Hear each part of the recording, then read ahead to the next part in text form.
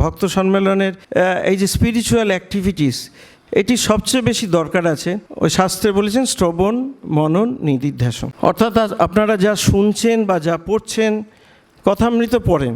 কথামৃত পড়তে বলা হয় দীক্ষা নিলে, বিশেষ করে যে রোজ একটু একটু করে কথামৃত পড়বেন। কথামৃত পড়লে কী পাবেন, কী তত্ত্ব পাবেন রোজ একটু একটু পড়লে? তো কথামৃত যেই অধ্যায়টা আমি পড়ছিলাম, তো দেখছিলাম যে ঠাকুর কেশবের বাড়িতে গেছেন। তা সেখানে একটা যাত্রাপালা হচ্ছে নিমাই সন্ন্যাস, কেশব আর এরা যেন গৌর নিতাই। তো সেখানে প্রসন্ন বলে একজন ছিলেন, তিনি ঠাকুরকে বলছেন, আচ্ছা ওরা তো গৌর নিতাই হয়ে গেল, তাহলে আপনি কি? ঠাকুর প্রথমে চুপ করে আছেন, তো তারপরে বলছেন আমি দাসানুদাস, রেণুর রেণু। তা কেশববাবু হাসছেন, বলছেন তিনি কাকুকে ধরা দিতে চান না। কথামৃতে দেখবেন যে ঠাকুর বারবার বলছেন না হং তুহু তুহু, আমি করাটা ঠাকুর একেবারেই পছন্দ ছিলেন না।